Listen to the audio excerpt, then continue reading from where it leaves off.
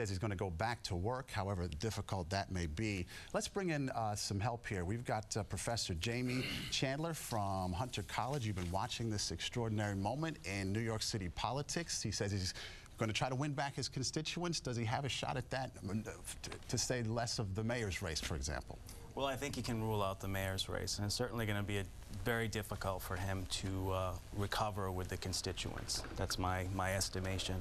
You know, one of the things that's been driving his whole mayoral race is his increasing public visibility around, you know, being a critic of the Republicans' control of the House, the Supreme Court, their attacks on health care and Medicare. And he's been able to parlay that into significant fundraising, which ostensibly is going to be used to support his mayoral campaign. But now all his supporters will be backing off. So the bottom line is his credibility is shot after this, in your opinion.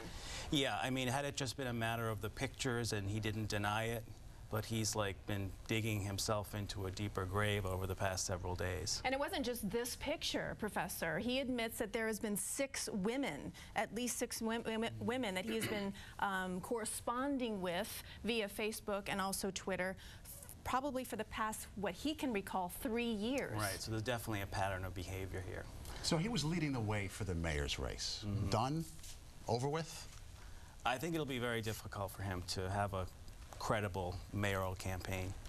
I mean, you know, one of the problems with this situation is that we now have a very clear visual of what happened here from the photos, right? When you look back to Bill Clinton's scandal, this was all written in the Star Report and people used their imaginations, but now they have a visual that's going to stick in their mind. So every time they see Anthony Weiner, they're going to think of that picture that they saw on the web. What about his district? We're talking about southern Brooklyn, southern Queens.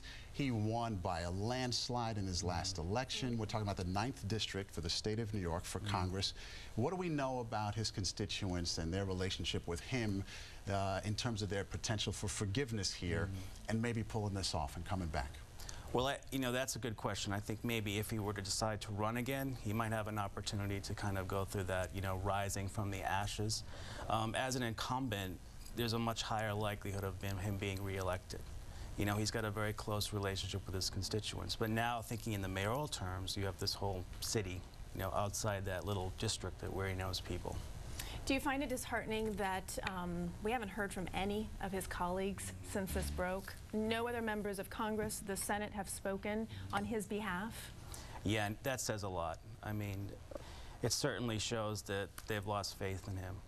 And the fact that he mentioned that Nancy Pelosi is very disappointed with him doesn't bode well, because they had been throwing a lot of energy around promoting him, making him the new young face of the Democratic Party.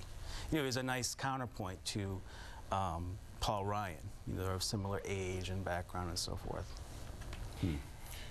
Chuck Schumer, his benefactor, his supporter since day one. Haven't heard a word from him. Right. What do you imagine he's thinking at this point? I'm sure he's very disappointed, obviously. He may be even thinking about how he can recover from this or separate himself from the situation.